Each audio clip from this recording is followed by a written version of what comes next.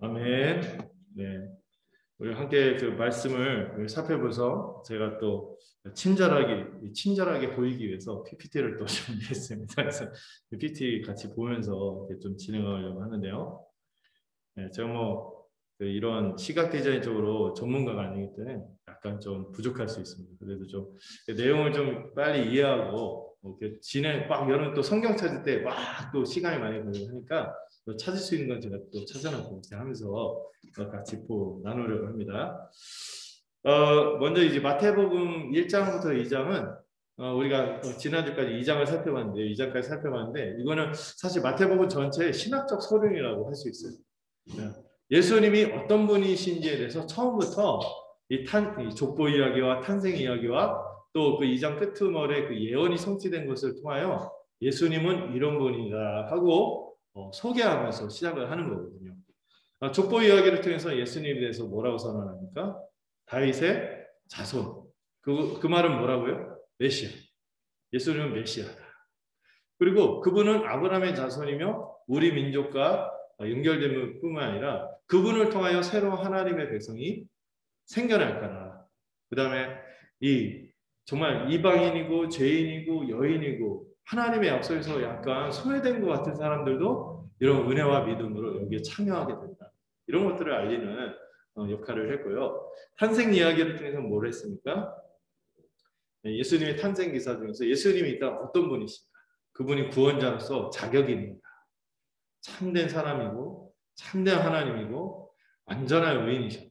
이런 얘기를 하면서 동정녀 수태, 이 신비한 탄생에 대해서 얘기하고 무엇보다 예수님의 이름은 흔한 이름이지만 뭐로부터 구원하시는 분? 죄로부터 구원한다는 것이 무슨 의미인지 살펴봤고요. 여러분 이렇게 주님이 이런 자격을 갖고 오시고 죄로부터 구원하시는 목적이 뭔지 아세요? 성경 전체에 깔려있는 주제이기도 하죠. 뭐죠? 바로 언약을 이루시는 건데 그 언약의 내용은 나는 너희 하나님이 되고 너희는 내 백성이 될 거다. 다른 말로 내가 너희와 함께 할 거다. 그래서 죄에서 구원하는 게 필요한 거예요. 우리가 죄가 있는 인생들은 하나님과 함께 할 수 없기 때문에 죄에서부터 구원하셨고 그 목적은 바로 임마누엘을 이루기 위해서 오셨다. 이걸 설명하는 거죠. 그리고 나서 그렇게 오신 예수님에 대해서 세상이 어떻게 반응했습니까? 그 헤롯과 같이 자기의 그 주인들, 이 죄성이죠. 자기의 주인들, 하나님의 주되심을 거부하고 자기의 주되심을 거부하는 그런 인생들. 그런 인생들이 있고 그냥 멀찍이 방관하면서 간보다가 결국에는 이도저도 아니다가 결국에 주되심을 거부하는데 동참하는 그런 지도자들의 모습이 있었고 그런데도 그런 와중에 생각지도 않은 이방인들이 와서 예수님께 경배하고 그 은혜를 받는 모습을 통하여 하나님의 약속이 이렇게 우리에게 주어지고 있다는 것을 살짝 보여줍니다. 복음서 이 마태복음 전체에서는 결국에는 생각지도 않은 이방인들, 생각지도 않은 죄인, 생각지도 않은 유대인의 남은 자들, 참 믿음으로 반응하는 자들이 이 왕에 대해서 경배했다. 이런 걸 밑그림을 그려주죠. 그리고 세 가지 예언의 성취를 통하여 예수님은 참된 이스라엘의 메시아였다. 출애굽의 역사를 일으키시는 분이며 제2의 출애굽, 포로에서 다시 우리의 지금도 여전히 포로기 가운데 있는 것 같은 우리에게 해방을 가져다 주실 분이고 우리 민족의 고통에 함께 하셨던 분이시며 그 고통에 함께 하시며 그 고통을 대신하기 위해 오신 분이에요. 그래서 그분은 어떤 사람이라 칭함을 받을 것이다? 나사렛 사람이라 칭함을 받을 것이다. 이게 그 당시의 의미에서는 굉장히 비하고 멸시하고 천시하는 그런 맥락이 쓰였던 표현인데 또 예수님 이세의 가지라는 의미도 있지만은 그 메시아라는 의미도 있지만 어떤 메시아다? 고난을 받는 메시아. 우리를 위해서 멸시를 당하는 메시아. 그러면서 왜 이렇게 자기 백성 유대인들이 예수님을 거절할 수밖에 없는지 예수님이 그 나사렛 사람으로 오셨기 때문에 영광을 받고 그럴듯한 모습으로 보지 않고 오히려 사람들이 그냥 아무것도 아닌 것 같은 그의 모양 흠모할 만한 그런 게 없었다 그랬어요. 그런 모습으로 오셨기 때문에 이렇게 거절하고 이런 가운데 있지만 그래도 그분은 어떤 분이다? 우리의 참된 메시아다. 이거를 마태가 1장에서 2장까지 신학적인 서론을 다루고 있다고 우리가 살펴봤어요. 자, 오늘 이제 본문 1절을 보면은 세례 요한이 나타났습니다. 그리고 어디에서 활동했어요? 유대 광야에서 활동했는데 이게 갈릴리에서 이 밑에 이렇게 쭉 이루어지는 그 요단강인데 그쪽에 있는 광야지대가인데 여기는 거의 풀 한 포기가 자라지 않는 저런 불모지라고 합니다. 거의 광야 이렇게 하는데 거의 이렇게 읽어도 돼요. 사막, 유대 사막. 광야나 거의 사막이에요. 광야 무슨 풀떼기 좀 있고 그럴 것 같은데 전혀 그렇지 않습니다. 이렇게 이 사막인데 세례 요한은 어떤 사람이었습니까? 이 광야에서 외치는 소리였다. 이렇게 세례 요한을 소개하고 있어요. 이 유대가에서 전파하고 어떻게 보면은 대도시 있지 않습니까? 막 이런 데 가서 막 외치고 예루살렘이나 사람들 많이 모여 있는 그 유명한 지역이나 이런 데서 활동하지 않고 세례 요한은 아무도 없는 데서 이렇게 소리를 외치기 시작했어요. 이게 정말 중심부가 아니라 주변부, 소외된 지역, 아무도 눈을 돌리지 않는 지역에서 그의 사역을 시작했는데 놀랍게도 이 사역이 유대 전체를 뒤집은 거죠. 제 친한 분이 개척을 처음 했을 때 가족들만 데리고 예배를 드렸대요. 아내 한 분, 사모님 한 분, 애가 둘이 있는데 작은 애가 갑자기 화장실 가고 싶대. 설교하고. 그럼 화장실 가. 그러면은 엄마가 혼자 못 가니까 엄마가 데려가죠. 큰 애가 혼자 앉아있다가 뻘쭘하니까 같이 이러면서 따라가요. 아무도 없어. 설교하다가 멈추고 다시 오기를 기다리고 이런 얘기를 하는데 세례 요한이 사실 사역을 처음 시작했을 때 어떻게 됐을까? 정말 빈들 아무것도 없는 상황에서 외치는 사역을 했는데도 놀랍게도 하나님께서 역사를 크게 일으키셨죠. 그래서 이 사역에 대해서 이것은 이미 예언되었 바라고 설명을 하는 거예요. 자, 본문 한번 읽어볼까요? 이사야서 40장 3절을 인용한 말씀입니다. 읽어보죠. 시작.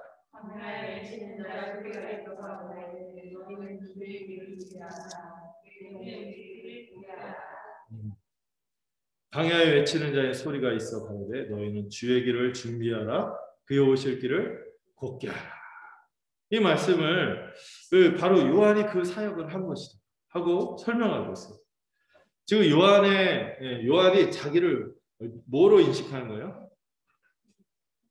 광야에 외치는 선지자로 끝나지 않아요. 외치는 자의 소리로 자기를 인식하는 거죠. 또 자신은 어떤 일을 한다고? 자신은 그 길을 걷는 사람이 아니라 그 길을 갈 수 있도록 준비하는 사람이고 그러기 위해서 그 길을 막는 장애물들을 치우는 그런 곧게 하는 그런 역할을 한다고 자기 자신에 대해서 이해하고 있는 거죠. 근데 요한이 누구를 기다리면서 이런 의식을 갖고 있는 거예요? 왕이신 그분. 본인이 주인공이 아니에요. 주인공은 따로 있어요. 그 주인공이 오셔서 돋보이고 그분이 와서 왕의 대로를 걸을 수 있도록 그 길을 준비하고 그리고 그 장애물들을 치우는 제거하는 그런 역할을 지금 요한이 자기 스스로를 인식하면서 이 사역을 했다고 평가하는 거죠. 여러분 이 요한의 이 고백과 요한의 자의식은요. 신자의 고백이자 신자의 자의식이기도 한 거예요. 교회가 이런 마음을 갖고 이런 의식을 갖고 살아가는 거죠. 우리는요. 주인공이 아니에요. 누가 주인공이에요? 이 교회에서 머리는 주님이시고 주님이 드러나야 되는 거죠. 그래서 제가 항상 이 표현에서 주목하는 게 요한이 자기를 나중에 요한복음에서 자기를 소개할 때 이 본문을 인용하거든요. 나는 광야에 외치는 자의 소리일 뿐이다. 외치는 자가 아니에요. 외치는 자면은 누구에게 주목해? 외치는 사람에게 주목하니까 다시는 그냥 소리일 뿐이에요. 여러분 소리가 제 역할을 하면 어떻게 돼요? 그 다음은 사라지는 거예요. 해체되는 거예요. 소리가 계속 잔향으로 남아있으면 어떻게 됩니까? 제가 이렇게 설교하는데 계속 잔향이 에코가 돼갖고 계속 나오면 어떻게 돼요? 가리는 역할만 할 뿐이죠. 뭔가 전하려는 메시지를 또 지정하는 대상을 가리는 역할만 하는 거예요. 그래서 요한은 자신을 소리라고 명확하게 인식하고 자신의 사명을 감당한 것입니다. 왕의 등장을 알리고 가리키고 자기는 그 무대 뒤로 사라지는 역할이라는 것을 정확하게 이해했던 사람이죠.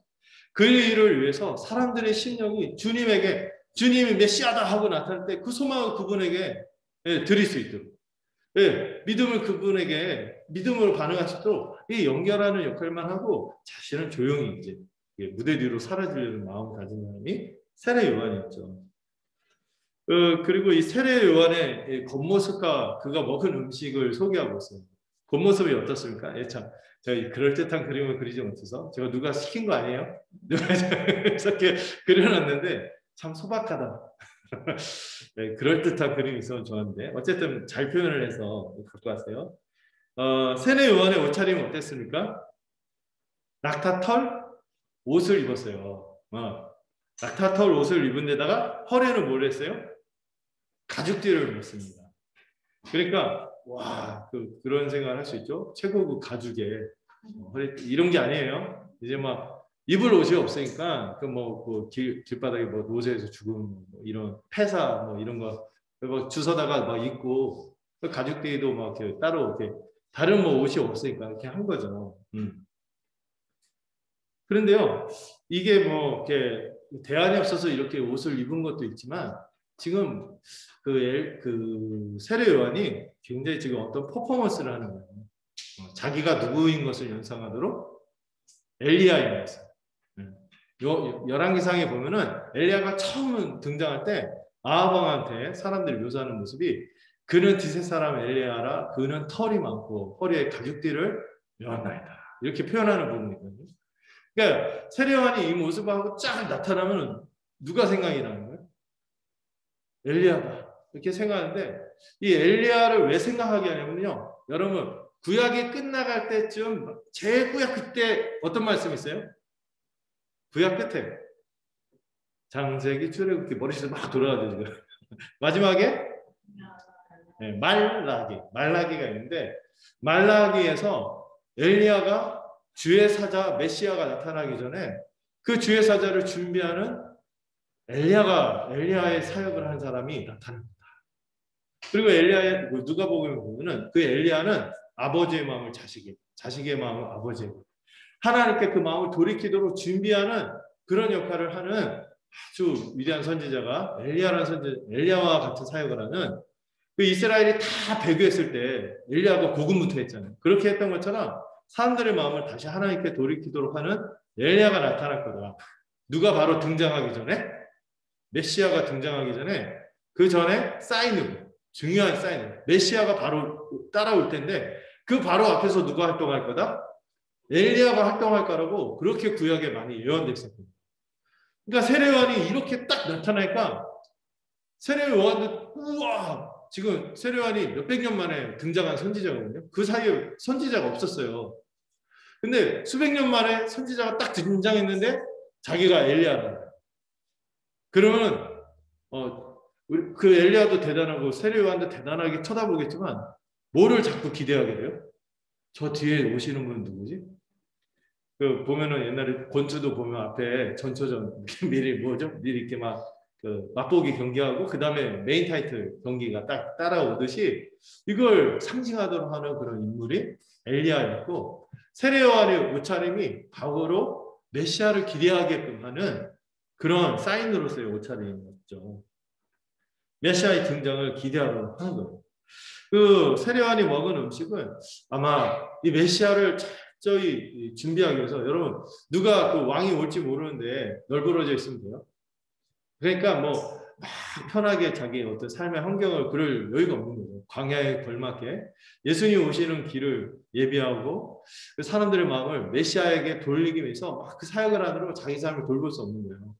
그러니까 광야에서 살 수 있는 적절한 삶의 방식, 단순한 삶의 방식, 이 사명을 위해서 단순하게 화려하죠. 뭔가 막 삶의 규모를 늘리고 이러지 않고 적절하게 그 광야에서 살아갈 삶의 방식을 취한 것이 이 메뚜기와 석청 하니까 이게 뭔가 하는데 이게 조청, 석청 막 그런 거 있잖아요. 도라지청. 예, 꿀이에요, 꿀. 그런데 꿀인데 어디서 나 꿀이면 동굴이나 바위 틈이나 이렇게 벌들이 이렇게 만들어 놓은 벌집에서 연기를 피워내서 벌들을 쫓아낸 다음에 그걸 찢어요. 그 찢어서 꿀을 채취해서 그냥 맨손으로 먹는 거죠. 네. 누구는 와 로얄 젤리 섭취 이럴 수 있는데 그게 아니에요. 먹을 게 워낙 없다 보니까 그런데 이제 위험하잖아요. 위험한데도 벌 막 날리면서 막 이렇게 힘겹게 먹고 메뚜기 먹으면 야 고단백 이러면 안 되죠. 어떤 분 지금 메뚜기 먹는 분들 있어요. 귀뚜라미인가요? 메뚜기인가 막 튀겨갖고 그런데 저는 싫어요. 그런데 이게 왜 먹겠어요? 대안이 없으니까 이렇게 먹는데 중요한 이 겉모습과 음식이 다 누구를 지향하는 메시아의 오심을 예비하기 위해서 이렇게 초점이 맞춰져 있는 것이죠. 여러분 우리는 그냥 세례요한이 이렇게 이랬구나 뭐 이렇게 생각하고 넘어갈 수 있는데요. 여러분 또 우리는 세례요한하고 예수님 생각하면 누가 더 커 보이죠? 당연히 예수님이 커 보이죠. 근데 그 당시에 이 성경이 쓰여졌을 때는요. 사실 예수님보다 세례요한이 더 위상이 컸을 수도 있어요. 세례요한이 훨씬 더 영향력 있고 유대인들한테는 굉장히 임팩트를 준 사람이 세례요한이었어요. 수백 년 만에 처음 나타난 선지자였어요. 그 다음에 이 사람이 죽은 게 어떻게 죽었습니까? 불의한 권력에 의해서 희생자로, 순교자로 죽었기 때문에 뭔가 생각할 때 우리가 지금도 세월호나 이런 거 생각하면 마음이 안 좋잖아요. 그리고 빚진 마음 있잖아요. 그런 것처럼 이 민족들이 세례요한에 대해서 그런 생각이 있단 말이에요. 그런데 예수님은 정작 세례요한하고 비교하면 어때요? 유대인들이 받기에는 꺼리는 지점이 있어요. 왜? 그분이 어디에서 죽었어? 나무에 달려 죽었기 때문에 하나님의 저주를 받은 자 아닙니까? 이런 생각 때문에 이렇게 했고 오히려 세례요한이 훨씬 그 당시에는 더 영향이 컸습니다. 그리고 이 세례요한은 수백 년 만에 나타난 선지자였기 때문에 옛날에 여러분 이 선지자는요, 이 선지자의 별명이 있어요. 어떤 별명이 있냐면은 언약의 검사라는 별명이 있어요. 하나님이 자기 백성과 맺은 언약이 있잖아요. 그 언약의 기본적인 내용은 뭐죠? 하나님이 그들에게 복을 주시고 안식을 주시는 대신에 그들이 복된 나라를 이루며 살도록 해주는 대신에 그들이 하나님의 그 거룩하신 율법, 하나님의 거룩하신 뜻에 순종하기를 원하셨어요. 하나님만 예배하고 하나님의 뜻에 순종하는 것. 그 핵심은 뭐죠? 대단한 게 아니거든요. 그 주변 사람들 깊게 사랑하면서 한 몸으로 받아들이고 사랑하는 이건데 이거 지질이 안 했거든요. 그럴 때마다 그 언약을 깨트릴 때마다 하나님이 누구를 보내세요? 선지자를 보내셔서 다시 돌아오고 그 언약을 기억하는 언약에 따라 그들을 기소하는 고발하는 이 언약에 이렇게 너희들이 언약을 위반하지 않느냐 하면서 돌아오라고 하면은요 심지어 누구도 꼼짝 못해요. 왕과 제사장은 선지자들 밥이고 선지자를 딱 나타나면 제일 많이 욕하는 사람들이 제사장들, 종교 지도자들. 그 다음에 왕도 꼼짝 못해요. 권력을 어떻게 못해. 그리고 어떻게 할 수 없는 게 이 사람들이 어디 사는지 몰라. 대체로 어디에 있어? 광야에 숨어 있기 때문에 찾아가서 타협하고 싶은데 어디에 사는지 몰라. 회유하고 싶은데 이 사람들이 잃을 게 없는 사람들이잖아요. 강의에서 아무것도 없고 가족도 없이 하나님 말씀만 붙잡고 완전 메고스처럼 막 이렇게 하는 사람들이니까 아무도 말릴 수 없어. 회유도 안 돼, 합상도 안 돼. 골치 아픈 사람들이죠. 그러면 어느 날 갑자기 눈빛은 형형한데 행색은 남루한데 갑자기 그 왕들 딱 나타나면 선지자가 알거든요. 함부로 못 건드려. 하나님이 보내신 사람. 그럼 왕이고 뭐가 없어요. 걸쭉하게 욕을 한 판 왕이시여 하면서 말은 왕이시여 이러고 그 뒤에 나오는 거를 살벌한 욕들을 하는 거예요. 당신의 시체를 개들이 뜯어먹을 거고 이런 얘기하면서 그래서 꼼짝 못했고 그러다가 나중에 선지자가 점점 사라졌어요. 어떻게 사라져갔냐면은 처음에 사라진 게 아니라 이 광야에 선지자가 있으면은 이 사람들 왕들한테 또 왕과 백성과 제사장 소위 말하는 여론에 반하는 하나님의 뜻을 계속 얘기하니까 사람들이 좋아하겠어요? 그 왕들도 자기 권력을 유지하고 체면을 지키기 위해서 어떻게 해야 돼요? 자기 입맛에 맞는 여론을 일으켜야 되기 때문에 따로 선지자를 육성합니다. 어디에서? 왕궁 선지자라고 해서 왕궁에서 선지자들을 육성하는 거예요. 한 명이 하나님의 사람이 와서 외치면은 왕궁에서 몇 명 보내? 막 30명, 뭐 60명 이렇게 막 때려버려갖고 이 소리를 묶어버리는 거예요. 막 요즘에 그 언론 때문에 말이 많잖아요. 뭐 가짜뉴스다 뭐 그런데 어떤 사람이 뭐 진짜를 얘기하면은 그 이상의 잘못된 가짜뉴스를 퍼뜨리면서 얘기를 못하게 하는 거예요. 그러면서 이 선지자의 몫을 제대로 활동을 하지 못하도 이스라엘이 돌이킬 수 없게 타락을 하고 말았어요. 그리고 나서 이 땅 이 왕의 이 왕정과 동반한 직분이라고 했죠. 이 선지자는요 왕정이 등장하면서 같이 등장했고 왕정이 사라질 때 같이 선지자도 사라지게 됩니다. 왜냐하면 하나님의 나라는 기본적으로 왕국 시스템이었기 때문에 이 왕국이 끝나면은 선지자도 더 이상 나타날 필요가 없었죠. 이 왕국이 멸망할 거다 예언하다가 이 왕국의 멸망과 함께 선지자가 같이 사라진 거예요. 그리고 나서 이제 중간기가 지나고 수백 년이 지나고 그런 가운데서 선지자가 나타난 거예요. 여러분 아까 얘기했죠. 왕과 함께 등장했다가 왕과 함께 사라지는 게 누구죠? 선지자죠.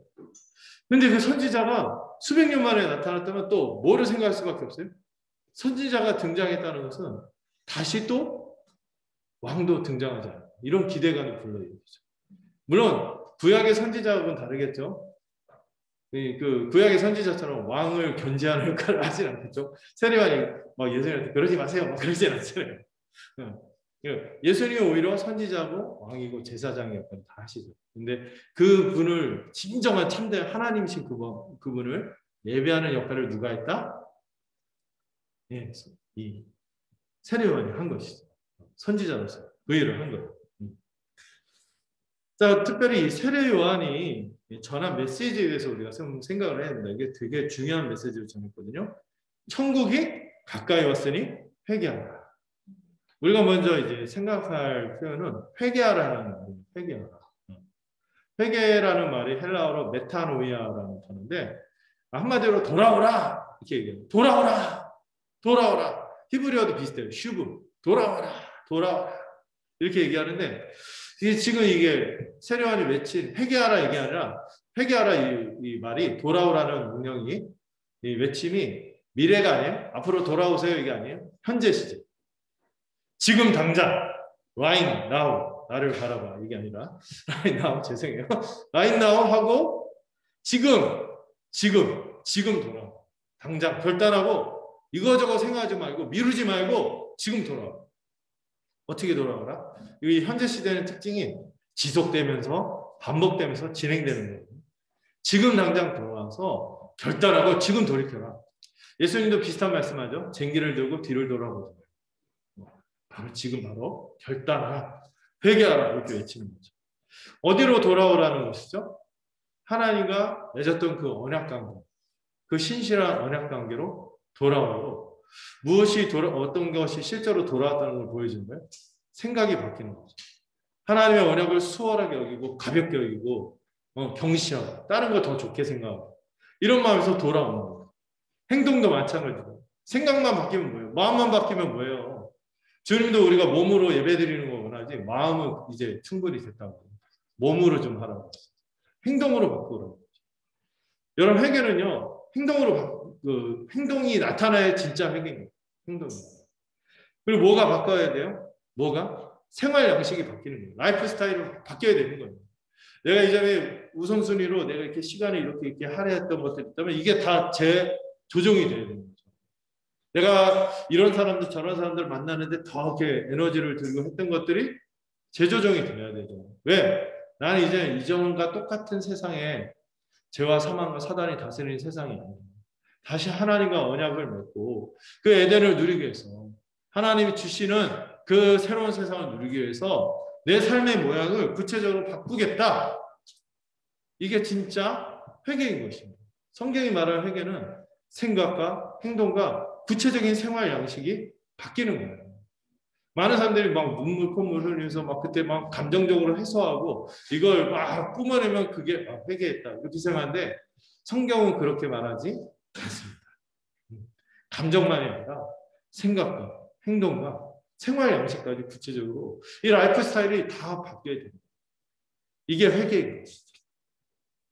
그런데 여러분 이게 참 부담스러운 요구 아니겠습니까? 뭔가 자기 삶을 유지하고 싶고 보존하고 싶은 게 우리의 본능이에요. 안정을 추구하는 게 우리의 본능이에요. 근데 이걸 흔들어버리고 깨쳐버리고 다시 재구성하라는 것은 굉장히 부담스러운 이야기인 것이죠. 누가 이런 얘기를 우리한테 하겠어요? 다시 얼굴 안 보자는 얘기입니까? 그럴 수 있죠. 근데 이렇게 하는 이유가 있어요. 중요한 이유가 있어요. 왜 그렇습니까? 하나님 나라가 또 마태의 표현에 따르면 천국이 가까이 왔기 때문에 천국. 이 천국에 대해서 우리가 이해를 해야 되는데 천국이 가까웠다. 임박해 있다. 이런 표현인데 지금 이런 요구를 하는 이유는 일단 유대인들한테 먹히는 건 지금 그들이 자기들은 이미 하나님 나라 백성으로 살고 있었잖아요. 그래서 지금은 그들은 어떤 상태죠? 식민지 상태죠. 포로로 끌려갔다 돌아와도 여전히 하나님 나라의 모양을 갖추지 않고 이방에 의해서 압제를 당하는 포로나 마찬가지로 식민지 상태로 있었어요. 그리고 이게 무엇 때문이라고 생각했어요? 걔네들 신이 세서가 아니라 자기들이 뭐를 깨트렸다? 언약을 깨트렸다고 생각했기 때문에 이런 가운데서 굉장히 다시 하나님 나라가 회복될 것을 소망하죠. 한편에서는 이 어려운 현실 가운데서 고통하고 신음하고 이런 가운데 있었죠. 그렇기 때문에 천국이 가까이 왔으니 돌아오라. 이거는 부담스러운 것이 아니라 용기를 또 결단을 촉구하는 그런 명령이었습니다. 또 그들의 식민지일 뿐만 아니라 그들 백성들의 상태나 그들을 지금 다스리고 있는 왕이 정상이에요? 정상이 아니에요? 비정상이에요. 왕도 이상이에요. 백성들도 뭐 세리, 민족을 배신하고 세리로 막 먹고 살기 위해서 이렇게 하는 사람. 여성들은 뭐 몸을 팔고 살아오고. 너 죄인이야? 그래, 나 죄인이다. 자타공인 죄인으로 막 꺼리기도 없이 막 살아가는 사람들이 대부분. 이런 가운데서 천국이 가까이 왔으니까 회개하라. 이렇게 외쳤으니까요. 그러면 일단 천국을 이해해야 되는데요. Kingdom of Heaven, 하늘의 나라, 하늘들의 나라 이렇게 뭐 직역하면 바꿀 수 있는데 이거하고 하나님 나라하고 같다 다르다. 네. 어떤 이상한 이단 같은 데서 이게 다른 거라고 가르쳐요. 아니에요. 같은 거예요. 하나님 나라, Kingdom of God, Kingdom of Heaven 같은 것입니다. 근데 이 천국은 하나님 나라 같은 말이고 다만 이 나라라는 표현을 할 때 이게 영어로 뭐예요? 킹덤. 이게 왕국이라는 의미에 더 가깝습니다. 여러분 우리 이 천국 하나님 나라는요. 우리가 투표해 갖고 왕을 뽑고 그런 게 아니죠. 원래부터 하나님 왕으로 계신 거예요. 바꿀 수 없어요. 그분의 왕의 통치에 순종해야 되는 거죠. 우리가 우리의 뜻대로 막 민의를 반영하시고 막 이런 거 없어요. 왕의 뜻이 반영이 되는 거예요. 왕국은 그런 거예요. 근데 그분이 아주 완벽한 분이죠. 아주 선한 분이죠. 그 왕권의 통치란 단어가 이 나라라는 단어고요. 그러면은 왜 마태는 굳이 하나님이 이렇게 왕권을 가지고 통치한다 이런 표현을 안 쓰고 하늘이라는 표현을 쓸까? 근데 이 하늘이라는 단어도 유대인들에게는 어떤 약속된 의미가 있는 거죠. 어떤 의미? 언약의 개념으로서 하나님이 하늘에서 뭐하고 계신다? 우리가 상관없는 분이 아니라 하늘에서 통치 보좌에 앉으셔서 우리를 지켜보시고 높이 자세히 지켜보시는 분. 이런 생각이 있었어요. 그래서 우리를 섭리하시고 우리를 돌보시는 분. 그냥 하나님 나라 이렇게 말하면 직관적으로 이방인들은 우리 같은 사람들은 바로 알아듣는데 유대인들은 조금 더 그거를 하나님이 다스리는 복된 통치지만 좀 더 살뜰하게 받아들이는 용어가 천국이라는 표현이었어요. 그래서 누가복음 말고도 마태복음에서는 같이 주기도문인데 주기도문 마태복음에서는 하나님 뭐라고 합니까? 하늘에 계신 아버지라는 것을 더 명확하게 설명하죠. 그래서 이 하늘의 개념은 언약적 개념. 하나님이 높이 계셔서 자세히 보시고 섭리하고 돌보신다. 이런 용어로 하나님 나라를 천국으로 표현했죠. 자, 그래서 이 천국이 오면 어떻게 됩니까? 이제 지금 막 식민지로 있고 왕도 이상하고 백성들도 이상한데 하나님의 복된 통치가 임하는 거예요. 천국이 오면 일단 이 영광스러운 뭐가 회복이 되는 거예요?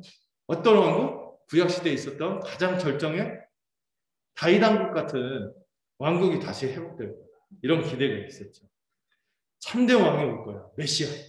구약에서 약속했죠. 새 언약으로 메시아가 올 거고 백성들도 영광스러울 거야. 백성들 맨날 이상하고 세리진 창기 뭐 이런 거 이렇게 이런 것이 아니라 정말 백성들도 다시 악한 것들은 심판을 당하고 소멸당하고 또 의롭게 살려는 사람들 더 거룩하게 정화되면서 더 온전하게 되면서 이렇게 영광스러운 지위를 회복할 거야.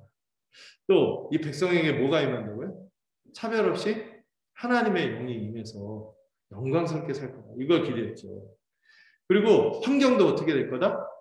이사야서 11장이나 이런 데 보면 아주 놀랍게 환경이 아주 복지국가 우리 꿈꾸잖아요. 지금 막 복지국가의 삶을 막 가고 있다는데 그거하고 비교할 수 없는 아주 복된 환경에서 새로운 세상에서 살 거다.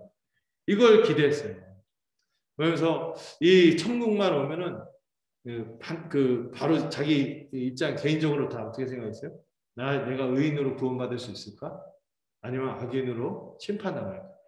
이 천국이 오면은 중립지대가 없어요.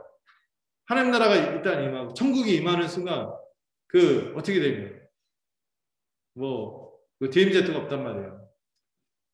하나님 나라에 속한 의인으로서 구원을 받을 건지 아니면은 심판을 받을 건지 이런 것들이 하나님 나라가 가까이 왔다, 천국이 가까이 왔다 하면은 유대인들이 받아들였어요. 그 당시 사람들이 받아들였어요. 그런 배경인 거죠. 근데 오늘 이 지금 천국에 대해서 설명을 해드리는데요. 이 내용들 제가 나중에 PDF 올릴 테니까 하나님 나라가 이런 개념이다 하는 것을 일단 정리하시고 천국. 중요한 거는 천국이 왔는데 어떻게 왔다? 가까이 왔다는 거예요. 근데 이게 앵기켄이라는 단어인데요. 요게 시제로 현재 완료래요. 갑자기 영어 공부하는 거 아니에요? 제가 영어 공부 잘 못했는데 현재 완료가 어떤 거죠? 현재 완료가 어떤 거죠?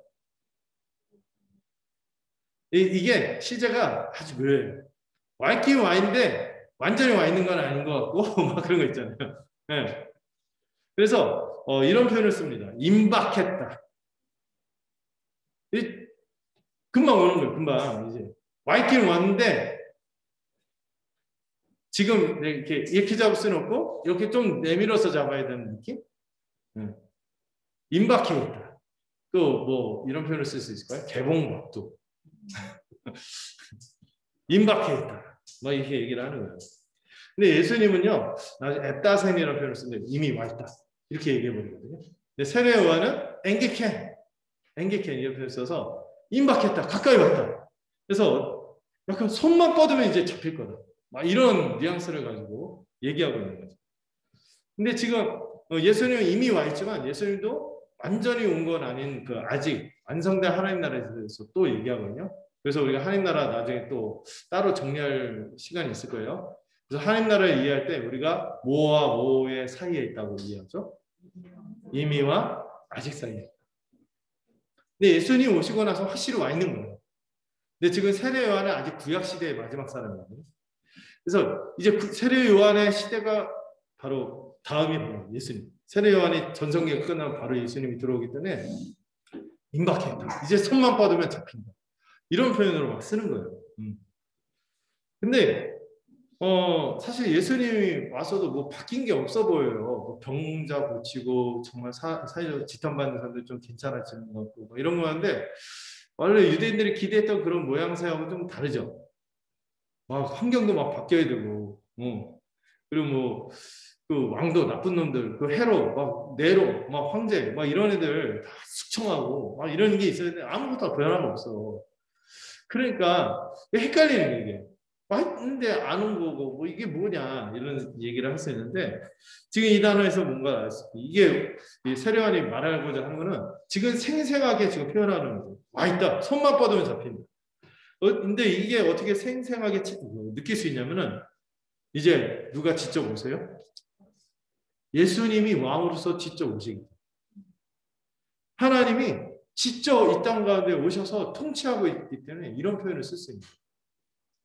이 나라라는 개념은요, 영토, 백성, 주권이 있지만은 가장 중요한 개념이 통치, 주권이거든요. 왕이 그 주권을 가지고 오면은 그 나라가 있는 거예요. 현존에 있는 거예요. 그 왕을 통해서 또 그 왕이 그 맘먹고 그 실력 행사하면 그 뭔가 바뀌었잖아요. 그래서 예수님이 갈 때마다 맘먹고 뭔가 하려면 실력 행사하면서 뭐 여러 가지 현상들이 나타나잖아요. 이 왕이 오시면 진짜 이 땅에 하나님 나라가 와 있는 거예요. 그래서 여러분들 사극 같은 거 보면은 선덕 여왕이나 이런 거 보면 어떤 왕족가 그 존폐 위로 있을 때 꼭 궁녀 하나가 목숨 걸고 그 공주나 왕자 한 명 꼭 구해내. 꼭 바보 같은 그 적군의 경비병 또 보내줘. 살아나면 이 사람을 통해서 다시 세력이 형성이 되면서 어떻게 됩니까? 이 나라가 이렇게 있잖아요.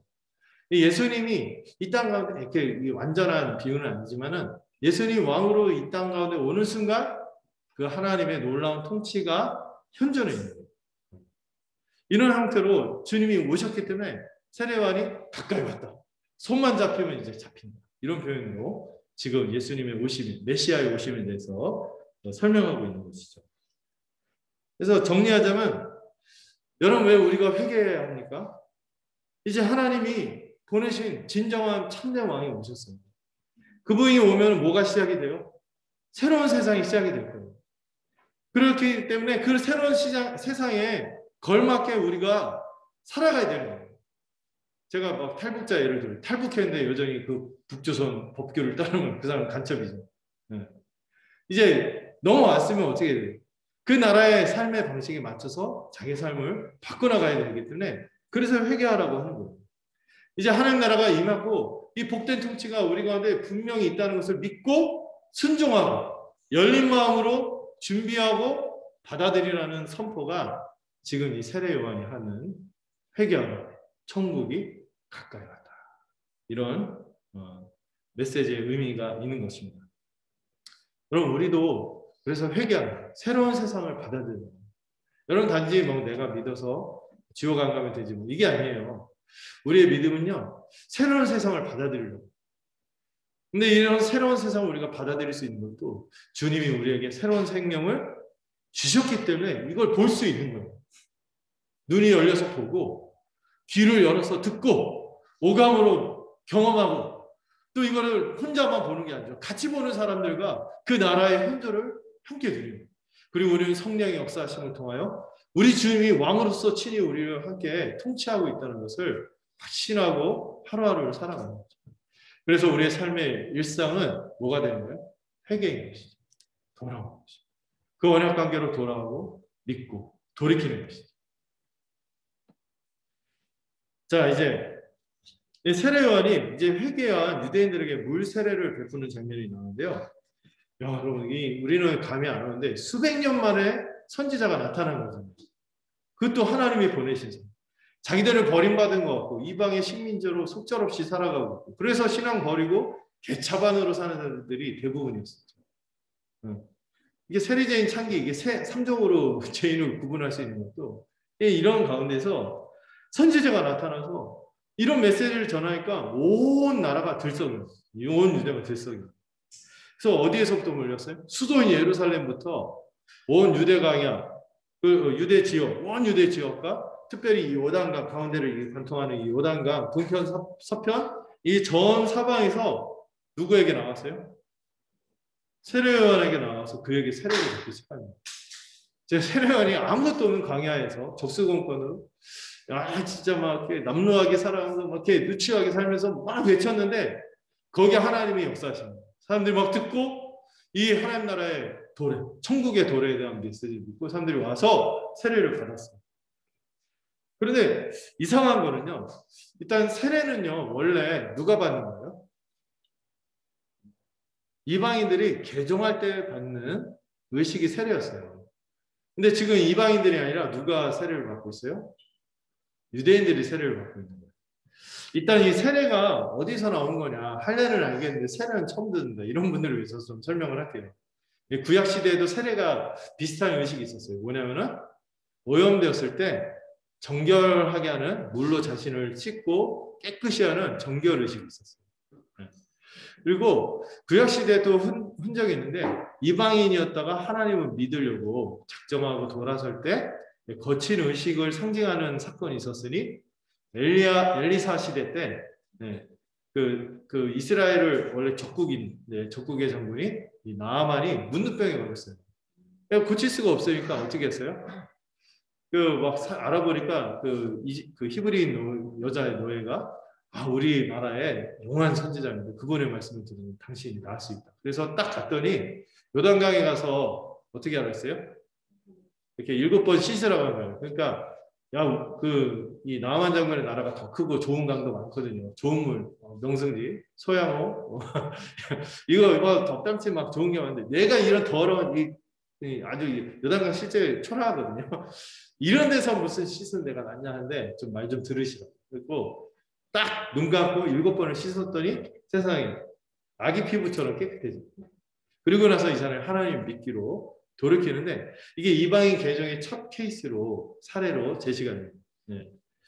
그리고 중간기에도 유대교의 문헌들 쿰람 문서에서 이제 동굴에서 숨어서 신앙생활하는 사람들 더 신실하게 주님께 더 자신을 드리겠다고 수도원처럼 살아갔던 사람들인데 그들 중에서도 이방인들이 유대교로 개종하는 때 이 세례 의식을 취했었어요. 모토는 뭐죠? 구약의 정결. 죄로 오염된 자신을 씻습니다. 하나님 앞에 서기 위해서 정결하게 되고 정결 다음에 거룩해지는 건데 어쨌든 정결하게 되기 위해서 씻었어요. 근데 이게 다 유대인들이 원래 유대인들이 아니라 이방인들이 들어오기 위해서 하나님의 인재 앞에 서기 위해서 받는 건데 왜 유대인들이 세례를 받았죠? 지금 요한의 세례는 특별히 이 예비적인 역할을 하는데요. 지금 요한의 시대 때 이스라엘이 어떤 상태? 자기들은 하나님 나라 백성의 상태가 아니라 쫓겨났잖아요. 포로로 쫓겨났다가 돌아왔지만 여전히 하나님 나라가 회복이 되지 않고 이방 민족이 자기들을 다스리고 있다. 하나님의 언약이 아직 어떻게 되고 있다? 회복이 되지 않고 있다. 이런 인식이 있는 거예요. 아직 새 언약이 그 구약의 끝에 약속된 그 언약이 성취되지 않고 있다. 이런 인식이 있으니까 여전히 자기들은 어떤 상태? 언약을 깨트린 죄인으로 부정한 상태에 있다. 이런 인식이 있는 거예요. 근데 세례요한이 나타나서 다시 그 죄에서 자신을 깨끗하게 하면 누가 오신다? 메시아가 와서 하나님 나라를 다스린다 하니까 사람들이 열광한 거예요. 그리고 이 세례요한이 살아가는 삶의 방식이 너무 진정성 있어요. 정말 이 사명에 초점을 맞춰서 정말 진정성 있게 그 메시지를 탁 하고 눈빛만 봐도 이 사람이 어떤 사람인지 다 오잖아요. 사람들이 완전히 압도되고 이 사람들이 울면서 자기 죄를 고백하면서 회개를 하고 세례를 받는. 여러분 이게 세례를 받는데 이 사람들의 공통된 특징이 있습니다. 죄를 자백해요. 죄를 자백. 우리 한국 교회에서도 평양 대부분 운동 때도 그 장대현 교회라는 데서 교회에서 모여서 신년 집회를 하는데 갑자기 성령이 임하면서 사람들이 자신을 죄들을 고백하면서 주님 앞에서 다시 재사역하는 재헌신하는 이러면서 완전 우리나라 바뀌었거든요. 복음화가 본격적으로. 그래서 이 진정한 회개는 이 죄에 대한 진솔한 고백을 따라갑니다. 이거를 있잖아요. 사람들이 원하지도 않는데 이게 얘기하는 거 말고 정말 진솔하게 자기의 삶을 결단하고 하나님께 나아가겠다. 입 밖으로 자기 죄를 고백하면 그거를 다시 지을 수 있어요? 없어요? 없잖아요. 이게 완전히 돌아서겠다는 결단으로 죄 고백을 하면서 세례를 받는 거죠. 누가복음에 보면요. 세상 이방의 로마 군인들까지도 이게 폭력을 행하고 이런 것에서 돌이켜서 세례를 받고 하나님의 백성이 되려고 하는 그런 모습들이 나타납니다. 세리들도 예수님만큼은 아니지만 일정 부분 세리들도 돌이키고 이런 모습들이 준비가 돼서 이제 하나님 나라가 시작이 되는 거 하면서 천국이 시작이 되는 거예요. 이런 분위기가 무르익어 갔던 게 이제 세례 요한의 사역의 모습이었죠.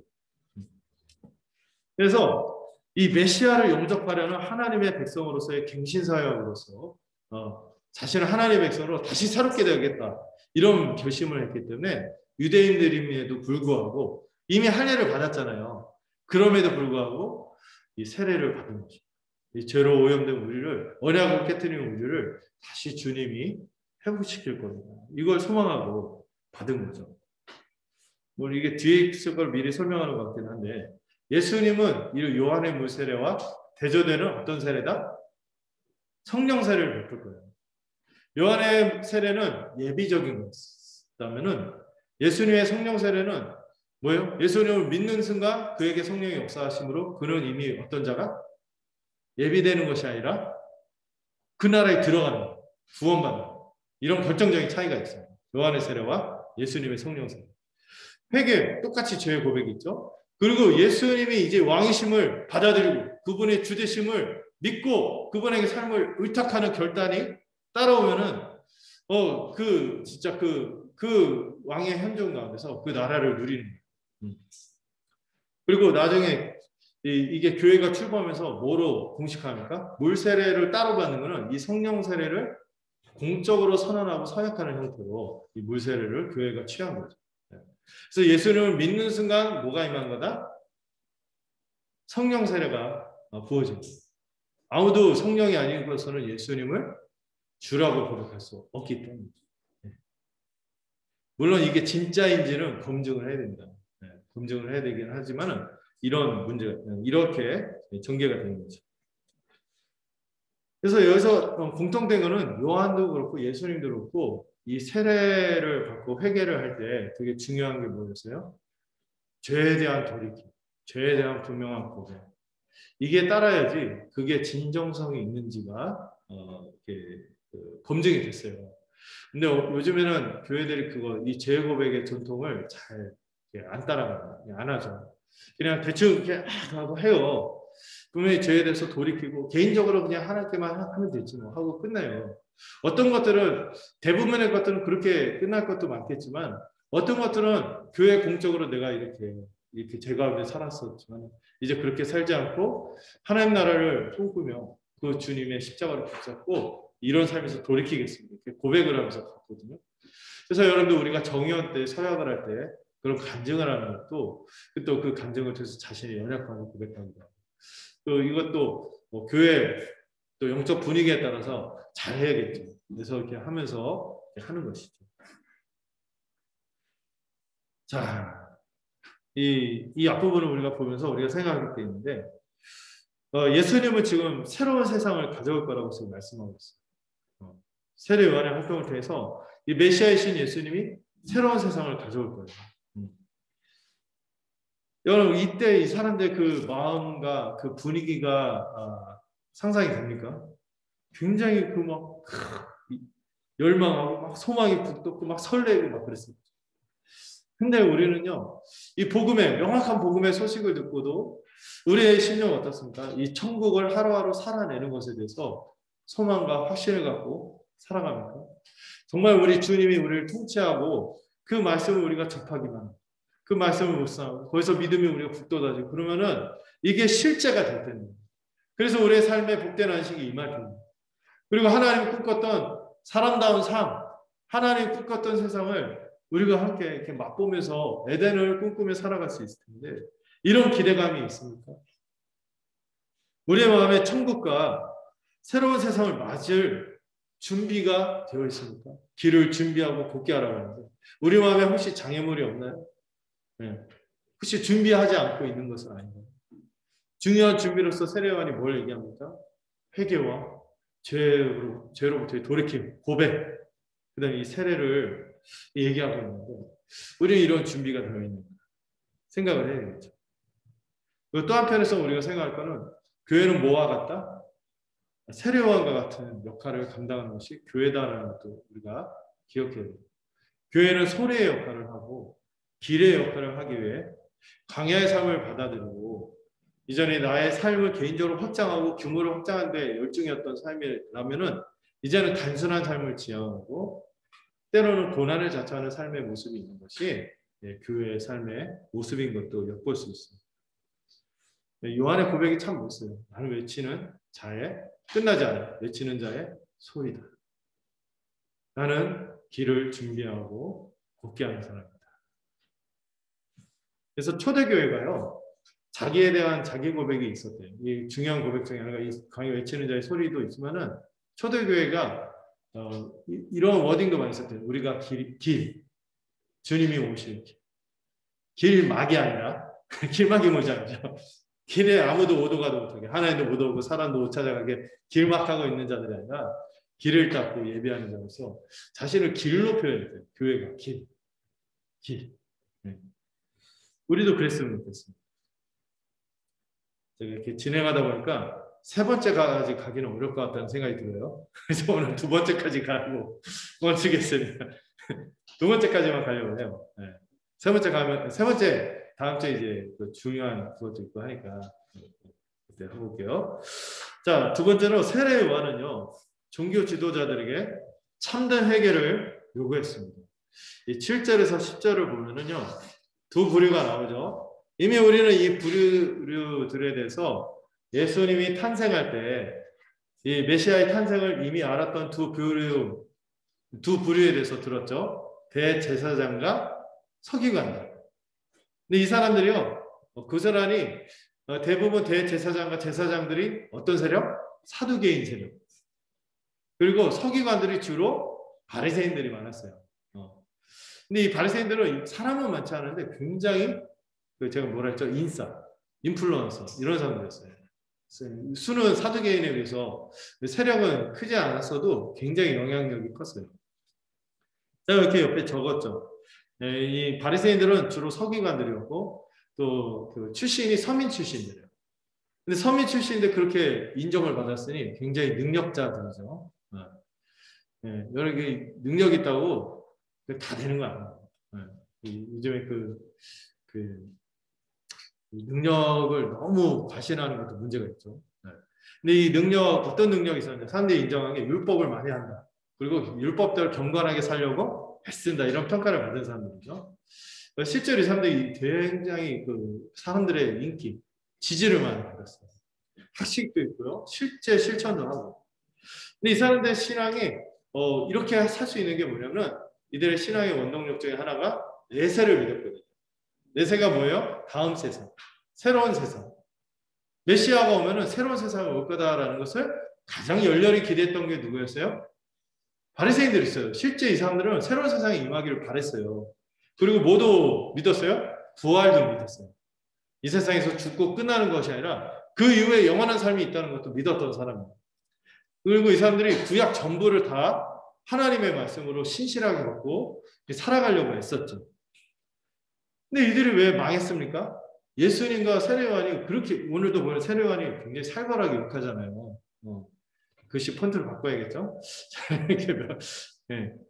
자, 외식이 문제였어요. 외식. 형식적인 신앙. 막 많이 알고요. 겉은 행동하는데 그 마음의 중심은 뭐예요? 깊이 들여다보면 다른 것들로 가득 차 있는. 이걸로 자기가 인기를 얻으려고 인정받고. 아닌데 실제로 그렇게 하지 않는데 그런 척하면서 이 외식. 이게 그들의 울문이죠. 그리고 은근 뭐가 있었어요? 내가 이만큼 하니까 공로의식, 자기의 이게 있는 거예요.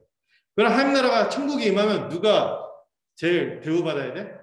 자신들이 대우받아야 된다는 생각을 갖고 있었던 사람들이 바리새인들이죠. 이 사람들을 제가 연대 기억하기 좋게 한마디로 정의하자면 영적인 관종이다. 이렇게 생각하시면 영적인 종교적인 세계에서 관종. 이게 이 사람 막 남들에게 보이려고 예수님이 가장 이 사람들 비판하는 워딩이 뭐냐면 남들에게 보이려고 사람에게 보이려고 하나님 앞에서 하지 않고 사람에게 보이려고 사람 앞에 보일 수밖에 없긴 하지만은 그게 그냥 전부인 거죠. 그 마음의 중심에서 하나님 앞에 서서 코람되어라 했죠. 그런 마음으로 하는 것이 아니라 그냥 사람들한테 이렇게 하면 사람들이 나를 괜찮게 생각하고 그럼 내가 입지가 좋아져. 이러한 심리적인 조절 가운데 살았던 사람들이 바리새인들이었기 때문에 예수님 그렇게 욕합니다. 회칠한 무덤. 겉은 그럴듯한데 속에는 썩은 것들로 가득합니다. 이거 누가 알겠어요? 사람을 알 수 없어요. 주님은 아시는 거죠. 하나님이시거든요. 그분이 딱 보면은 엑스레이처럼 그게 다 보이는 거예요. 하나님 우리를 볼 때 엑스레이처럼 우리를 깊이 들여다보실 때 우리는 어떻습니까? 회칠한 무덤은 아닐까요? 그럴듯한데 모양이 이렇게 하는데 속은 문드러졌어요. 그게 어디로 나타나면 결국 하나님을 정말로 사랑하지 않아요. 사람들도 사람들이 보이니까 그런 척하면서 또 자기가 손쉽게 다가갈 수 있는 사람들한테 손을 내는 거예요. 좀 까다롭고 좀 내가 이렇게 해도 나한테 돌아올 게 없는 사람들은 그냥 쉽게 그냥 뒤로 제쳐버려요. 아주 이 바리새인들은요 지금도 여전히 많죠. 사두개인은 어떻습니까? 이 사람들은 이 귀족들이죠. 네. 일단 레위 지파에다 사독계열이다 해갖고 굉장히 출신도 이제 금수저라고 했었어요. 근데 한마디로 이 사람들은 부패한 금수저, 썩어빠진 금수저들 이렇게 얘기할 수 있어요. 성전과 제사를 붙들고 기득권, 직분세습을 계속하면서 그 외세하고 협력하는 것도 서슴지 않은 사람들. 왜? 대부분 사람들이 자기들을 미워해도 이미 자기들은 기득권이고 성전 붙들고 있고 제사 붙들고 있으니까. 그래서 이 사람들이 특이하게 이 사람들 신앙이 어떤 신앙이면 내세를 안 믿었어요. 부활도 안 믿었어요. 내세와 부활을 부정했어요. 그리고 그 근거를 이 사람들은 다 구약의 뭐 선지서나 성문서 이런 거 다 무시하고 뭐만 붙잡았어요? 모세오경만 붙잡았어요. 모세오경에 주로 뭐가 있어? 그 레위기, 막 이런 데 보면은 그 성전, 제사, 뭐 이런 자기 권력 기반이 되는 내용들이 다 있으니까 이것만 붙잡았고 또 여기에는 모세오경에는 명시적으로 뭐가 안 나와 있다? 부활이나 내세에 대해서는 얘기가 없다! 이렇게 막 주장하면서 근데 예수님이 나중에 이걸 토론해서 깨트려 버리죠. 논쟁하면서 이걸 박살내는데 이 모세오경만 받아들이는 이유가 있어요. 저는 그럴 만하다는 생각이 있어요. 지금 세상이 다 좋은 거야. 가만히 있어도 자기 자식들이 계속 이 직분 물려받고 기득권을 계속 누리니까 오는 세상에 기대가 돼? 안 돼? 차라리 안 왔으면 좋겠어. 부활도 여러분 부활이 있으면 무섭지 않겠어요? 오히려 죽고 끝나는 게 아니라 여기서 잘 살다 그냥 깔끔하게 끝나고 가버리는 게 아니라 그 다음에 부활이 있다는 건 그 다음에 내 삶에 대한 뭐가 따라온다는 거예요. 심판이 따라온다는 거예요.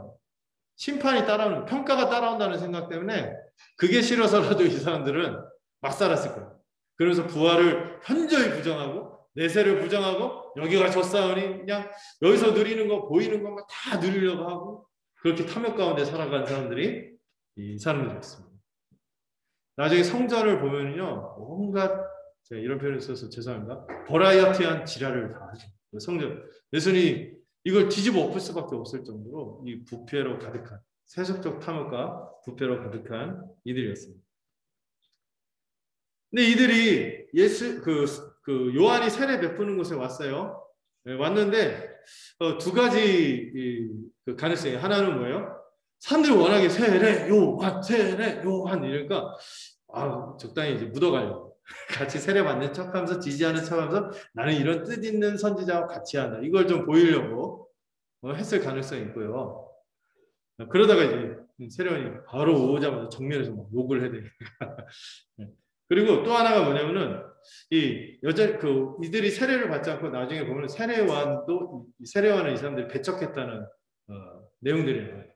그 뭐냐면은 차마 사람들의 민심 때문에 뭐 대놓고 하지 않지만 이들 세례요한의 메시지를 안 받아들였거든요.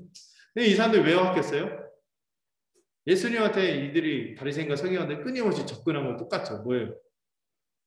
이단 조사를 꾸미기 위해서 뭔가 진상 조사를 하기 위해서 이게 파견을 보낸 거예요. 여기 보면은 바리새인과 사두개인을 각각 적지 않고 하나의 간사로 묶어서 바리새인과 서기관이 세례요한이 있는 곳으로 나갔다 한 거 보니까 제가 옆에 가로로 써놨죠. 아마도 이 지도부, 이 부패한 지도부인 사내들인 공의에서 아마 약간 조사단을 보낸 것 같아요.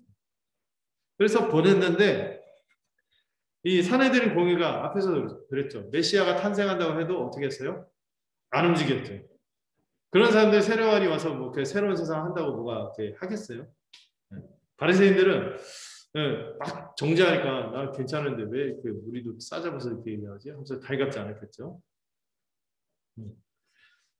안 움직였듯이 여기서도 그런 거예요. 그래서 세례요한이 어떻게 욕을 합니까? 독사의 자식들아. 이게 완곡한 표현이에요. 독뱀 새끼들. 뭐 욕한 거예요. 굉장히 센 욕을 한 거고요. 독사의 자식들이라는 표현은 뭐가 생각이 나요? 하나님이 처음에 타락하고 나서 인류가 어떻게 나눠집니까? 여자의 후손과 뱀의 후손으로 나눠지죠. 구원받을 그 여자의 후손과 심판받을 뱀의 후손으로 나눠지는데 지금 독사의 자식이라고 하는 건 그걸 연상하는 거야. 너희들은 마귀 새끼들, 마귀의 자손들, 마귀를 따르는 거야. 하면서 막 비판을 하는 거예요. 굉장히 심한 욕이죠. 그래서 이 단어를 보니까 이 심한 욕인데 이 뱀은 어떤 속성이 있어요? 뱀이 태어나면 어떻게 하는지 아세요? 어떤 뱀들을? 세 글자. 살모사라는 뱀 들어봤죠. 태어나면서 배에서 나오면서 어미를 잡아먹는 그게 뱀의 속성인데 굉장히 그거를 연상하도록 하면서 하나님도 없이 뭐 그 모든 것을 자기가 최고라고 여기면서 교만해갖고 이 마귀의 자손으로 살아가는 마귀 새끼로 살아가는 사람들이었고 굉장히 심하게 욕을 한 거예요. 그리고 이런 표현을 쓰죠. 누가 너희를 가르쳐서 임박한 진노를 피하라 하더냐? 뭔 말이에요? 나는 너희들 그렇게 하라고 한 적 없다. 이런 말 같아요.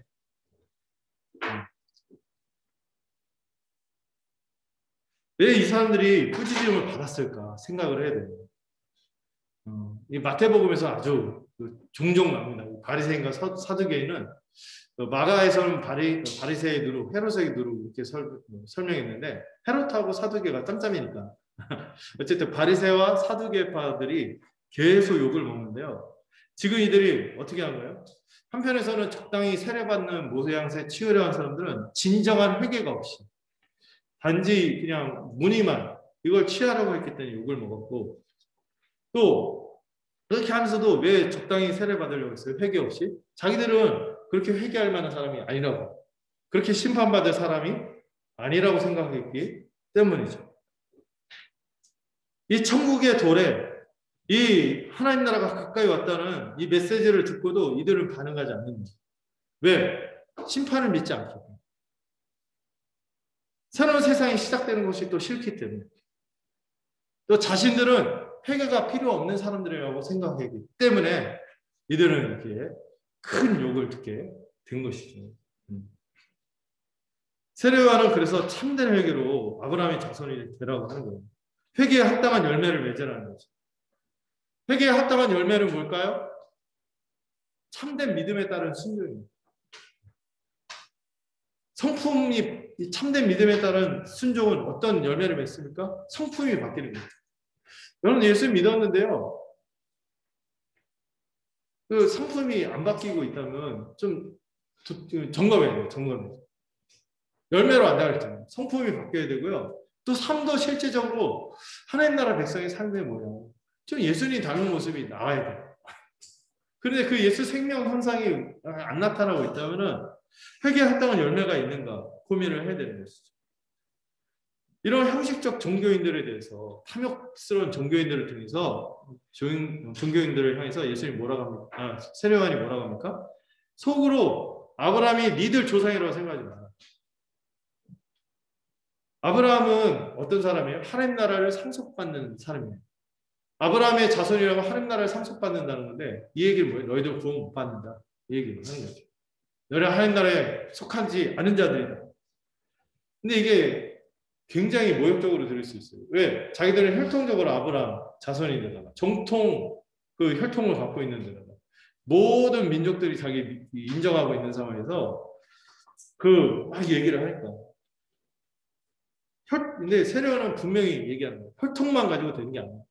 위선적으로 너희들이 형식적으로 종교 행위하는 걸로 하나님이 너희를 받는다고 생각하지 마요.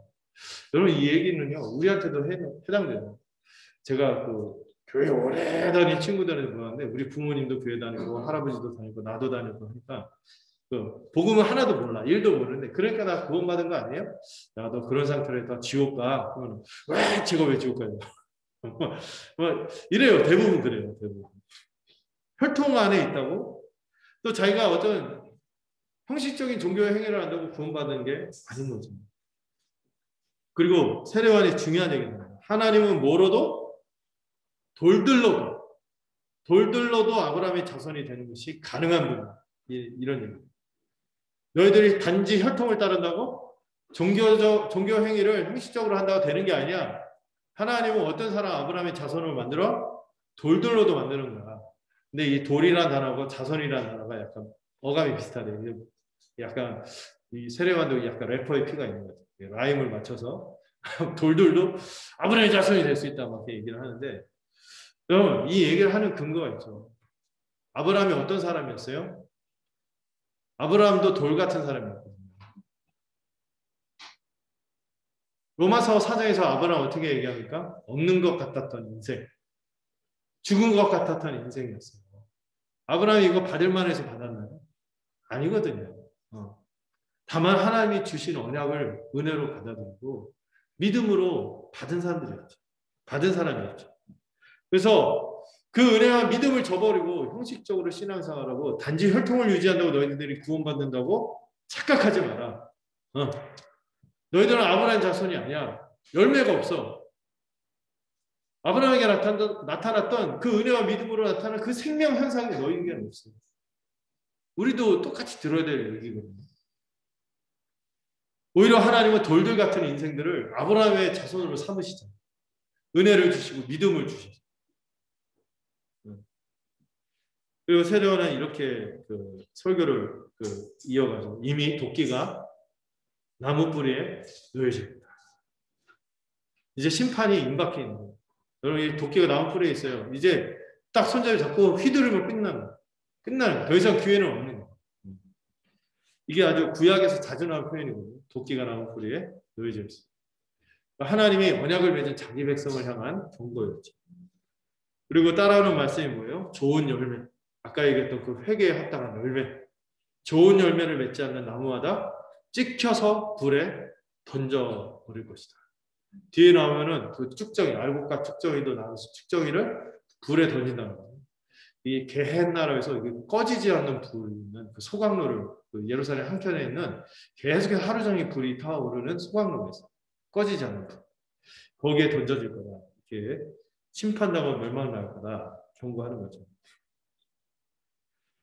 여러분, 이 세례요한의 이 예비적인 사역, 또 예수님의 그렇게 복음 사역에도 불구하고 끝까지 믿지 않은 완악한 유대인들이 있었죠. 그들 중에 남은 자들, 사도들을 비롯한 하나님의 믿음의 공동체들은 구원을 받았지만 끝까지 거절한 유대 공동체는 어떻게 됐습니까? 정말 심판을 당하죠. AD 70년에 어떤 일이 일어나요? 예루살렘이 완전히 함락이 됐어요. 돌 위에 돌 하나 남지 않고 성전이 파괴되고 더 이상 하나님의 언약이 거기에 임하지 않는다는 것을 아주 뚜렷하게 보여요. 지금도 성전 없어요. 지금도 막 이방 모스크가 있어갖고 막 그러고 있고. 그 이후로 이제 여러분 착각하면 안 되는 게 우리 주인공이 바뀌었어요. 교회로 주인공이 바뀌고 이스라엘은 언약 백성의 특권과 지위를 잃어버리고 그것이 교회로 옮겨지게 된 것이죠. 마태복음에서 그 열매 맺는 다른 사람들, 다른 나라 백성들이 이걸 얻을 거다 이렇게 얘기를 합니다. 저는 오늘 이 주어진 말씀 이거 보면서 우리가 좀 살펴봐야 된다. 우리의 신앙을 중간 점검해야 된다고 생각해요. 적당히 살고자 하거나 정체된 믿음에 머물러 있는 성도들에게 경종을 울리는 말씀이 이 세례요한의 메시지라고 생각합니다. 특별히 누구를 향하여? 영적인 바리새인들과 사두개인들을 향하여, 사두개인들을 향하여 경고하는 거죠. 이런 분들이요, 심지어 교회 안에도 이게 너무 많아요. 복음의 은혜를 사모하지 않고 회개 없이 살아가는 바리새인들이에요. 복음의 약속보다 세상의 즐거움이 더 좋아. 그리고 내 삶의 어떤 부분도 변하기가 싫어. 이렇게 살아가는 분들이 얼마나 많습니까? 그럴 때 우리는 정직하게 점검해야 돼요. 저도 마찬가지죠. 참된 믿음으로 성품이 바뀌고 정말 주님께 순종하는 게 싫지 않고 기쁨이 되고 정말 성령 받은 신자로서 이런 하나님의 법을 사랑하는 마음이고 정말 하나님을 사랑하고 지체들을 품고자 하는 마음이 내 안에 샘솟고 있고 그리고 구체적인 내 삶의 모양에서 이 변화로 순종의 열매를 맺고 의의 열매, 거룩의 열매를 맺고 있는가 물어봐야 되는 거죠. 우리 한 주간의 일상을 생각해 보죠. 교회를 다니지만 스스로 신자라고 여기고 있지만 여전히 사두개인처럼 세상을 좋아하고 탐욕에 빠져서 살지 않습니까? 이런저런 거 더 누리고 더 이렇게 하는 것에 기뻐서 하나님을 사랑하고 이웃을, 아니 우리 이웃이 아니고 우리 교회 지체들과 함께 더불어가는 삶보다 다른 게 더 좋아 보여요. 일상에 치우쳐서 허우적거리다가 그냥 그 은혜의 중요한 수단들 있잖아요. 말씀을 가까이 하고 기도하고 우리가 함께 신앙생활하는 것을 의무감에 해치우고 있는 거 아니에요? 점점 무너지는 사람들을 제가 많이 봤는데, 특별히 신전생들도 그런 사람들 많이 봤거든요. 어느 순간 전혀 막 성경 연구를 안 해요. 같이 아나톨리아 하자고 해서 딱 처음 하다가 어느 순간 쓱 떠나가요. 안 해요. 그러면 제가 만나서 좀 전에 같이 성경 연구를 해야 된다. 그러면은 좋은 건 알겠는데 시간이 없다. 시간이 없어서 못한다. 저 그 말을 들을 때마다 거짓말이야. 시간을 내기 싫은 거죠. 시간이 없는 거예요. 시간을 내기가 싫은 거예요. 다른 게 더 좋아서 귀하게 생각하지 않는 거예요. 그분들 보면요, 이렇게 맛집은 잘하나요? 학교만 끝나면 얼굴이 빨개졌고 차 웃하고 맛집 여기저기 뚫고 다니고, 그 아침에 되면은 그 축사 먹으러 갔어요. 예배하는 마음으로 새벽 기도 끝나면 얼굴이 빨개졌고 궁 들고 막 뛰어가. 근데 뭐만 안 해? 말씀만 보잖아요. 이거는 그분들 얘기 아니라 일반 교회 성도들도 생각해 보세요. 내가 주님을 사랑합니다. 찬양을 이렇게 하고 하는데 우리에게 주어진 이 은혜 수단들을 정말 복되게 누리려고 하는가. 시간이 없어요. 저는 너무 바빠요. 분주해. 거짓말이에요. 시간을 내기가 싫은 거 아닙니까? 얼마나 말씀을 통해서 우리가 주님과 함께하는 시간을 사모하고 있습니까? 하늘의 은혜를 사모하고 누리는 마음이 있습니까? 여러분들 우리도 생각해야 돼요. 첫사랑이 있었잖아요. 그 복음의 은혜에 감격해하고 막 하다가 어느 순간 막 시들해지고, 근데 우리가 감정적으로 그런 건 없어도 저는 어떤 일상의 그 신앙생활에는 루틴이 필요하다고 생각하거든요. 주기적으로 딱 정해놓고 거의 맞춰서 이렇게 하는 거를 이게 몸을 쳐서 복종하고 경건에 이르는 연습을 하는 게 필요하다고 생각해요. 근데 뭐 어쩌다 바빠서 몇 번 놓치는 건 있었는데 하루 놓치는 것이 아니라 어쩌다 하루 놓치는 게 아니라 그냥 그게 막 노상 그냥 한 주간이 훅 지나가고 한 달이 훅 지나가고 거칠애로 교회 사람들에게만 그냥 겨우겨우 이거는 너무 못 먹었다 이렇게 보이기 위해서 쩔쩔매면서 한다면은 바리새인의 모습과 뭐가 다를까요? 우리는 정말 신자인가요? 그리스도로부터 공급받는 것이 일상이 되고 있습니까?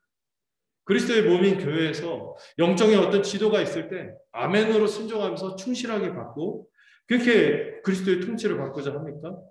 그래서 내 삶의 모습에서 성품과 삶의 변화 또 내 안에서 그리스도의 형상이 맺어지고 있는가 정직하게 물어봐야 되는 것입니다. 정직하게 우리를 돌아보고 세례 요한의 메시지를 들을 때 천국이 가까이 왔는데 지금 왕이 지금 우리와 함께 임재하고 현존하고 있는데 나는 돌아가고 있는가? 메타노야 회개하라 돌이키라 돌이키고 있습니까? 여러분 우리 이 신앙생활에서 되게 중요한 부분이 회개예요. 회개. 이영 목사님 만든 노래도 있잖아요. 회개는 즐겁고 여러분 회개할 때마다요 주님이 우리에게 더 그렇게 살 수 있도록 힘도 주시고 능력도 주시고 은혜도 주시고 기쁨도 주시고 우리 마음을 새롭게 하실 거예요. 이걸 믿으세요. 네. 여러분 오늘 본문에서 회개는 후회와 슬픔만이 아니라는 거예요. 정확히 자신을 진단하고 점검하고 돌이키는 결단을 하라는 것이 성경에서 나오는 회개인 것입니다. 여러분 영적으로 무너져가는 것이 무서운 게요. 자기만 몰라요. 내가 영적으로 무너지고 있다는 것을 자기만 몰라요. 자기만 도끼가 나무풀에 있다는 것을 모른다는 거예요. 엄숙한 이 엄중한 영적인 운명을 놓고도 여러분 결과는 두 가지밖에 없거든요. 이 영적인 운명의 두 가지. 이렇게 살아가는 분들, 영적인 바리새인 사두개인을 살아가는 분들을 운명은 두 가지밖에 없어요. 그 성경에서 두 가지를 설명하는데 불 가운데서 받는 부끄러운 구원이거나 아니면은 추상 같은 음성을 듣고 있죠. 내가 너를 도무지 알지 못하노 불법을 행하는 자들아 나에게서 떠나가. 이렇게 두 가지밖에 없는 것이죠. 여러분 이런 엄중한 운명을 두고도 이 두 가지 영원한 운명을 결정짓는 것 앞에서 이 두 가지 결과뿐인 도박을 계속 하겠냐는 거죠. 돌이켜야 하는 것입니다. 말씀을 읽겠습니다. 먼저 주님이 새로운 세상을 이미 시작했다는 것을 우리가 믿어야 됩니다. 그걸 우리가 누리고 있다는 것을 우리는 또 알고 있죠.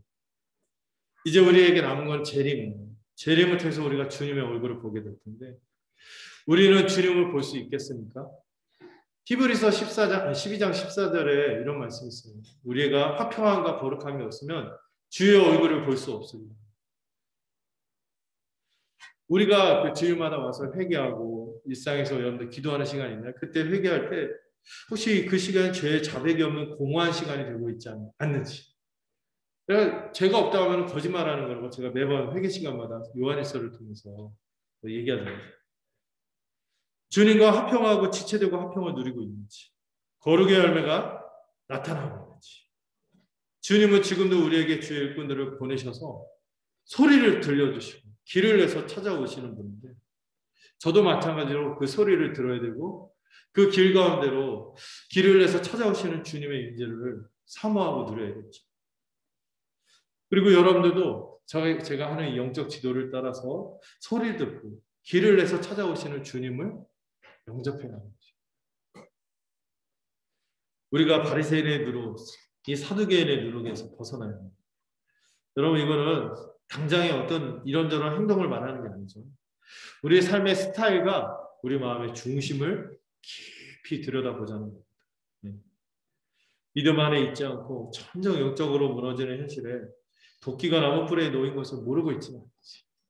오늘 이 경종을 주는 말씀을 통하여 한번 우리가 근신하고 정신을 차리고 다시 힘을 얻고 또 이 다시 하늘의 은혜를 사모하고 살아가는 우리가 되기를 간절히 소망합니다.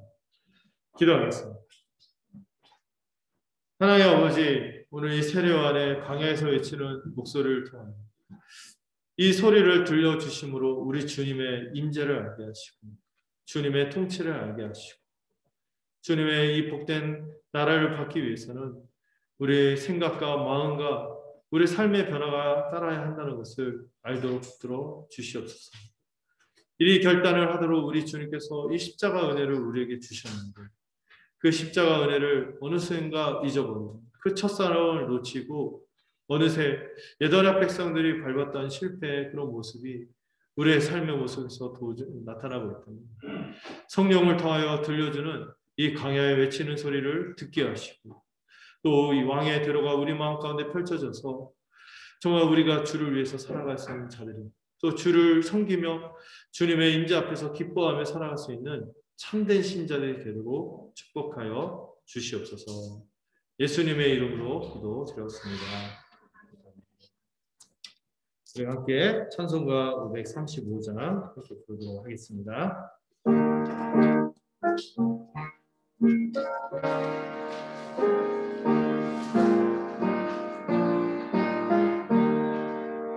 주 예수 대문 밖에